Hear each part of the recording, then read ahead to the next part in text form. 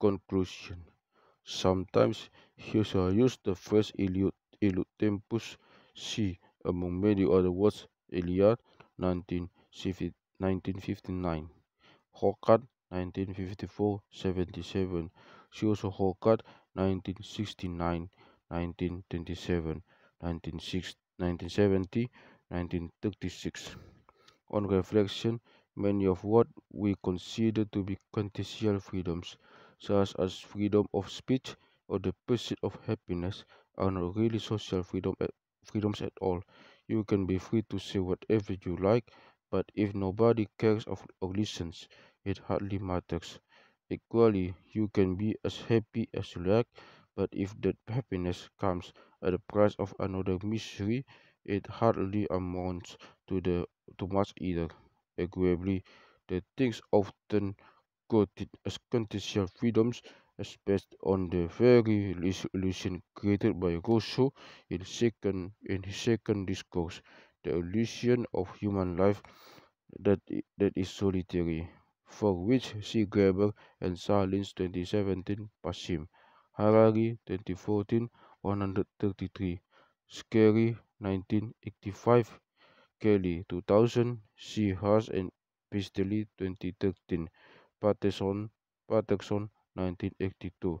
For further discussion, see Graeber 2011, 198 201, and the sources cited here.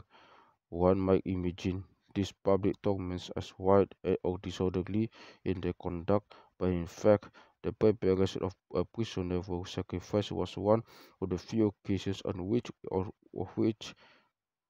an office or holder may issue commands for calm and orderly behavior, as well as forbidden sexual intercourse. For all the above, see Trigger 1976, 88, 68, 75. For a period, for a period of perhaps 5 centuries or more, human remains across the whole of Eastern North America displays remarkably little evidence of traumatic injuries, scalping, or other forms of interpersonal violence. Milder et al. 2013. Evidence for interpersonal violence and warfare ends exist in both earlier and later periods, the most infamous later examples being a mass grave excavated at Crow Creek at Wanota Village Cemetery with extensive evidence of trauma, both dating to around 700 years ago. Such evidence accounts for perhaps a few decades or more of social history as entourage most and is fairly localized.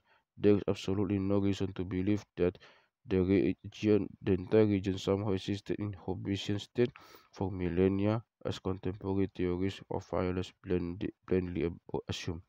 The late 1993, 1965, 9, 65, 6, C. Merrick 1991 in a 90 in the 1995 article that has undoubtedly been influential, but still not nearly as influential as this deserves, can be pointed out the need for alternatives to hierarchical models of social complexity in archaeological interpretation.